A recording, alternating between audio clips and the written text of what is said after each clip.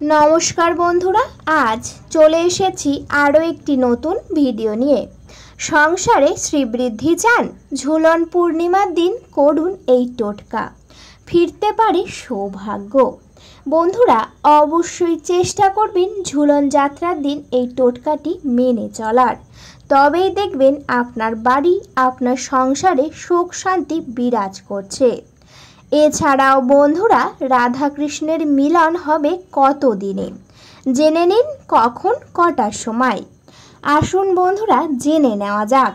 তার আগে বলি বন্ধুরা, আপনাদের কাছে একটাই অনুরোধ, আপনারা পুরো ভিডিওটা দেখুন, একদমই স্কিপ না করে। আর হ্যাঁ বন্ধুরা, আপনারা যারা যারা আমার চ্যানেলে নতুন, অবশ্যই করে চ্যানেলটিকে সাবস্ক্রাইব করে পাশে থাকবেন। বন্ধুরা, শ্রীকৃষ্ণের অনুগামীদের কাছে ঝুলন পূর্ণিমা গুরুত্বপূর্ণ উৎসব। অনেকে বাড়িতে ঝুলন উৎসব পালন করেন। জ্যোতিষশাস্ত্র মতে বিশেষ দিনে কয়েকটি কাজ সৌভাগ্য এনে দিতে পারে, তাই ঝুলন যাত্রার দিন এই টোটকা মেনে দেখতে পারেন। বলা হয়েছে মথুরা, নবদ্বীপ বা মায়াপুর সহ দেশের নানান প্রান্তে নানান রীতি পালনের মাধ্যমে উদযাপন করা হয় এই অনুষ্ঠানকে। ঝুলন যাত্রা শুরু হয় একাদশী তিথিতে এবং শেষ হয় পূর্ণিমা তিথিতে। এইবারে কবে থেকে শুরু ঝুলন যাত্রা, কবে শেষ, রইল একটি প্রতিবেদনে। এখন শ্রাবণ মাস মানে শিবের মাস, তবে একা মহাদেব নয়। হিন্দু শাস্ত্রমতে এই মাসের আরও একটি গুরুত্ব রয়েছে। এই মাসেই মহা ধুমধামে পূজিত হয় স্বয়ং দেবাদিদেবের আরাধ্য ভগবান, সংসারের রক্ষাকর্তা বিষ্ণুর অষ্টম অবতার শ্রীকৃষ্ণ। হিন্দুরা তাদের মধ্যে বিশেষত বৈষ্ণবদের কাছেও এই মাস খুবই গুরুত্বপূর্ণ। শ্রাবণ মাসে পূর্ণিমা তিথিতে অনুষ্ঠিত হয় বহু প্রতীক্ষিত ঝুলন যাত্রা। আসলে শ্রীকৃষ্ণ এবং রাধার অমর প্রেমকে উদযাপনের জন্যই এই বিশেষ পূজা হয়। কথিত রয়েছে দ্বাপর যুগে রাধাকৃষ্ণর প্রেম লীলাকে কেন্দ্র করেই সেজে উঠেছিল বৃন্দাবন ধাম। উৎসব মুখর হয়ে উঠেছিল চারিপাশ, আর সেই থেকেই বৈষ্ণব ধর্মাবলম্বীদের তারা হিন্দুর কাছে এই উৎসবের মাহাত্ম্য অনেকটাই বেশি। পঞ্জিকা মতে বলা হয়েছে একাদশী তিথি শুরু 30শে শ্রাবণ, বৃহস্পতিবার অর্থাৎ 15ই আগস্ট সকাল 6:11:59। একাদশী তিথি শেষ 31শে শ্রাবণ, শুক্রবার অর্থাৎ 16ই আগস্ট সকাল 6:03:31। মানে সকাল 6:03:31 মধ্যেই এই শ্রীকৃষ্ণের ঝুলন যাত্রা আরম্ভ করতে হবে। এছাড়াও বন্ধুরা, পঞ্জিকা অনুযায়ী পূর্ণিমা তিথি শুরু হচ্ছে ভাদ্র মাসের 1 তারিখে, রবিবার অর্থাৎ ইংরেজি 18ই আগস্ট রাত 2:35:27 এবং পূর্ণিমা তিথি শেষ হবে ভাদ্র মাসের 2 তারিখে, সোমবার অর্থাৎ ইংরাজির ক্যালেন্ডারে 19শে আগস্ট রাত 12:42 এবং 44 মধ্যেই পূর্ণিমা তিথি শেষ হবে।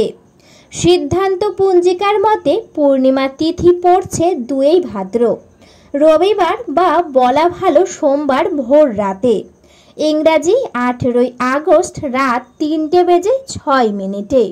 পূর্ণিমা তিথি শেষ হচ্ছে ভাদ্র মাসের 3 তারিখে, সোমবার অর্থাৎ 19শে আগস্ট রাত 11:56। এই সময়ে শেষ হবে শ্রীকৃষ্ণের ঝুলন যাত্রা। আসুন বন্ধুরা, এবার জেনে নেওয়া যাক এই ঝুলন যাত্রার মাহাত্ম্য। ঝুলন যাত্রার মাহাত্ম্য অনেক। কথিত আছে দ্বাপর যুগে রাধাকৃষ্ণর প্রেমে রঙিন হয়ে ওঠে বৃন্দাবন ধাম। সেই রীতি মেনে ঝুলন যাত্রায় মজে ওঠেন কৃষ্ণ প্রেমীরা। সেই রীতি মেনে আজও মথুরা, নবদ্বীপ বা মায়াপুর সহ দেশের নানা প্রান্ত ঝুলন যাত্রায় সেজে ওঠে। ঝুলন উৎসবকে কেন্দ্র করে গ্রাম বাংলায় রয়েছে প্রচুর সাবেক প্রথা ও রীতি। মাটির ও প্লাস্টিকের পুতুল, কাঠের দোলনা ও গাছপালা পুকুর দিয়ে ঝুলন সাজানোর প্রথাও রয়েছে। আসুন বন্ধুরা, জেনে নেওয়া যাক এই ঝুলন যাত্রার কি বিশেষ টোটকা রয়েছে, যা এই ঝুলন যাত্রার দিন করলে সংসারের শ্রীবৃদ্ধি অবশ্যই বাড়বে। আসুন বন্ধুরা, জেনে নেওয়া যাক সেই টোটকাটি কি। বন্ধুরা, টোটকাটি হচ্ছে এই ঝুলন যাত্রার কটা দিন আপনারা চেষ্টা করবেন অনেক ভোরবেলা ঘুম থেকে উঠে যাওয়ার, যেটাকে বলা হয় ব্রহ্ম মুহূর্ত। ঘুম থেকে উঠে গিয়েই বাড়িতে সমস্ত কাজ করে নেবেন এবং ঠিক তারপরে আপনারা ভালো করে স্নান করে নেবেন। স্নান করে শুদ্ধ বস্ত্র অবশ্যই পরে নেবেন। তারপরে আপনাদের গায়ে একটু গঙ্গার জল ছিটিয়ে একেবারেই শুদ্ধ হয়ে যাবেন। তারপরে চলে যাবেন আপনার বাড়ির ঠাকুর ঘরে। ঠাকুর ঘরে গিয়ে আপনারা প্রথমেই ঠাকুর ঘর মুছে একেবারেই পরিষ্কার পরিচ্ছন্ন করে নেবেন। যখনই ঠাকুর ঘর পরিষ্কার করা হয়ে যাবে, আপনারা নিয়ে নেবেন একটি তামার বা পিতলের পাত্র, যেটাকে বলা হয় পিতলের পাত্র, যে স্থানে আপনারা আপনার বাড়ির রাধাকৃষ্ণ বা লাড্ডু গোপালকে সর্বদা স্নান করান। সেই পাত্রটি নিয়ে নেবেন এবং ঠিক তার মধ্যে একটি স্বস্তিক চিহ্ন আপনারা এঁকে নেবেন। স্বস্তিক চিহ্ন আঁকা হয়ে গেলে সেই পাত্রর মধ্যে বসাবেন রাধাকৃষ্ণর মূর্তি বা রাধাকৃষ্ণের বিগ্রহকে বসাবেন। তারপরে আপনারা নিয়ে নেবেন কাঁচা দুধ, সাদা চন্দন, ঘি, মধু ও গোলাপ জল।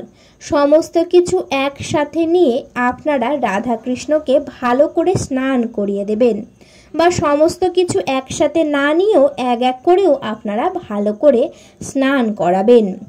তারপরে বন্ধুরা, যখনই স্নান করানো হয়ে যাবে, আপনারা কিন্তু শ্রীকৃষ্ণকে হলুদ বস্ত্র এবং হলুদ ফুল দিয়ে সুন্দর করে সাজিয়ে তুলবেন।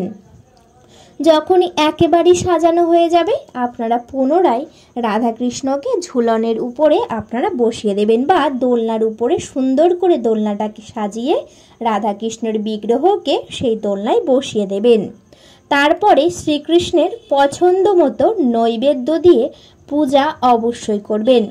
যা যা খেতে ভালোবাসেন শ্রীকৃষ্ণ, তেমনি আপনারা আপনাদের সামর্থ্য অনুযায়ী সমস্ত কিছু আয়োজন করে নৈবেদ্য সাজিয়ে ভালো করে আপনারা পূজা করে নেবেন। এবং বন্ধুরা, শ্রীবৃদ্ধির আশায় একটি তামার পাত্র নেবেন। সেই তামার পাত্রে আপনারা নেবেন গঙ্গার জল, এছাড়াও গঙ্গা মাটি নেবেন। ইন্দ্র জব দিয়ে শ্রীকৃষ্ণর ভালো করে আপনারা অভিষেক করিয়ে নেবেন। যখনই অভিষেক করানো হয়ে যাবে, তারপরে ঝুলনের কটা দিন প্রতি সন্ধ্যাবেলায় সবাই একত্রে বসে আপনারা গীতা পাঠ করতে পারেন। যদি সবাই একত্রে না বসেন, তাহলে আপনারা একা একাই ঠাকুর ঘরে গিয়ে প্রত্যেক দিন সন্ধ্যাবেলায় গীতা পাঠ করবেন। এরপরে বন্ধুরা, সামর্থ্য থাকলে আপনার পরিচিত কিংবা অপরিচিত কোনো শিশু, তাদেরকে তাদের পছন্দ মতো কিছু খাবার অবশ্যই করে খাওয়াবেন, বা তারা যা চাইছে আপনাদের সামর্থ্য অনুযায়ী তাদেরকে আপনারা কিছু কিনে দিতে পারেন। এই টোটকাটি বন্ধুরা অবশ্যই করে ঝুলন যাত্রা চলাকালীন আপনারা করবেন। তাহলে দেখতে পাবেন আপনার বাড়িতে সর্বদাই সুখ শান্তি বিরাজমান আছে। এছাড়াও বন্ধুরা, বাড়িতে অবশ্যই করে কিছু নিয়ম মানতে হবে। তা হচ্ছে বন্ধুরা, এই ঝুলন যাত্রা চলাকালীন বাড়িতে ভুল করেও কোনো রকম আমিষ জাতীয় খাবার একেবারেই গ্রহণ করবেন না।